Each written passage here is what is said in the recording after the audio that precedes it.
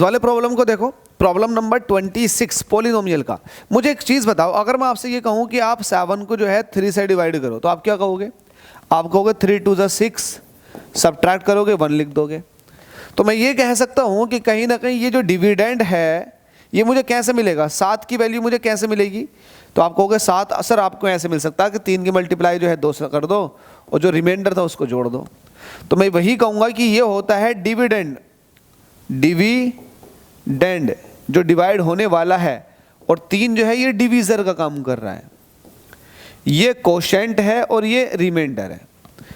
तो कहीं ना कहीं डिविडेंड इज इक्वल टू होता है divisor into quotient plus remainder. ये ध्यान रखना, ये छोटी सी बात है लेकिन बहुत बड़े रोल प्ले कर लेगी। कैसे? यहाँ हमसे कह रखा ऑन डिवाइडिंग, डिवाइड करो। इसको डिवाइड करने पर आपने किया है, किससे डिवाइड किया है? GX से। तो जिससे आप डिवाइड करते हो वो GX है, तो आपने GX से डिवाइड किया है। किसको डिवाइड कर रहे हो आप?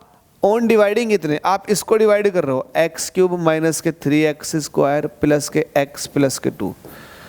ये डिवीजर का काम करेगा, ये डिविडेंड हो गया। अब यहाँ कोशेंट आना चाहिए, तो आपसे कह रखा GX से डिवाइड किया तो कोशेंट कितना आया है? कोशेंट आया x-2 और रिमाइंडर आया इतने। तो कहीं ना कहीं इसकी मल्टीप्लाई कोशेंट से करते हो। कोशेंट की वैल्यू कितनी है? x-2 और रिमाइंडर ऐड कर देते हैं, तो रिमाइंडर कितना? माइनस के 2x प्लस का 4। अगर मैं देखो डिवीजर की कोशेंट से मल्टीप्लाई कर दूंगा, तो डिवीजर की कोशेंट से मल्टीप्लाई करो, रिमाइंडर जोड़ दो तो डिविडेंड बन जाता है। तो वही मैंने यहाँ पर किया। तो आपसे कह रहा है GX की वैल्यू बताओ, तो बता देंगे, कोशिश करते हैं बताने की लो, और सोल्व करो इसको।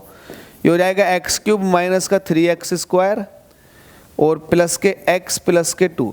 देखो इस नंबर को इधर ले आओ, प्लस का हो जाएगा, जो प्लस का वो जो माइनस का वो प्लस का हो जाएगा, और जो प्लस का है वो माइनस का हो जाएगा, और यहाँ पर बचेगा x माइनस का 2 और GX ये चल रहा। GX बताना, पहले से सॉल्व कर लो। ये हो जाएगा आपके पास x³ माइनस का 3x² एज इट इज़।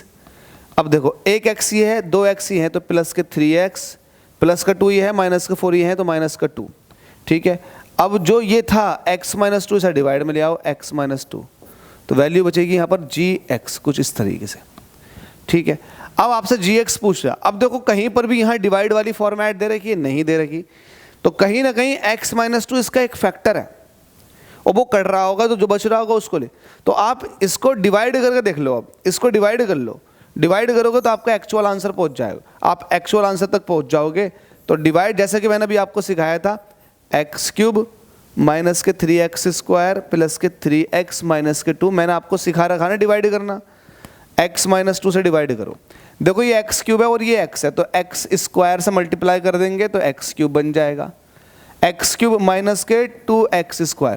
आप सिर्फ पहला वाला नंबर मैच किया करें, बनाने की कोशिश किया करें, अदरवाइज बाकी तो बन जाएंगे। सेम साइन है, पहले वाले का साइन देखेंगे बस, सेम साइन है, तो यहाँ पर माइनस से मल्टीप्लाई कर देंगे, तो माइनस से ऐसा मल्टीप्लाई करेंगे तो माइनस से ये भी, इसको बोलते हैं सब्ट्रैक्ट करना। आप सब्ट्रैक्ट करते हो तो इससे ये कट जाएगा, ये माइनस का 3x², ये प्लस का 2x², तो माइनस का x² बचेगा। ऊपर से उतार लिया आपने प्लस का 3x। ठीक है, अब देखो ये आपके पास कितना x है, ये आपके पास कितना माइनस के x² है। तो एक काम कर लो, माइनस के x के साथ मल्टीप्लाई करो तो माइनस का x² हो जाएगा, माइनस माइनस प्लस के ये हो जाएगा 2x। सब्ट्रैक्ट करेंगे तो ये प्लस का हो जाएगा, ये माइनस का हो जाएगा, साइन अपोजिट करते हैं तो इससे ये कट जाएगा। अब ये माइनस का 2x है, ये 3x है, तो यहाँ से बचेगा x, और ऊपर से उतार लोगे एज इट इज माइनस का 2, तो x माइनस का 2, तो प्लस का 1 बार चला जाएगा, x माइनस 2 आ जाएगा। सब्ट्रैक्ट करेंगे तो ये 0 बचेगा। तो कहीं ना कहीं ये कोशेंट आ रहा, मतलब डिवाइड करने पे वैल्यू जो आ रही है वो आ रही है x² minus K x plus 1, x² minus K x plus 1, option number A दे रहा है। तो मुझे नहीं लगता कि आपको कहीं डाउट आना चाहिए, लिटरली क्लियर है और बिल्कुल क्रिस्टल क्लियर होना चाहिए। तो आप इस तरह से सॉल्यूशन लगाते हैं चीज़ों का। Thank you so much.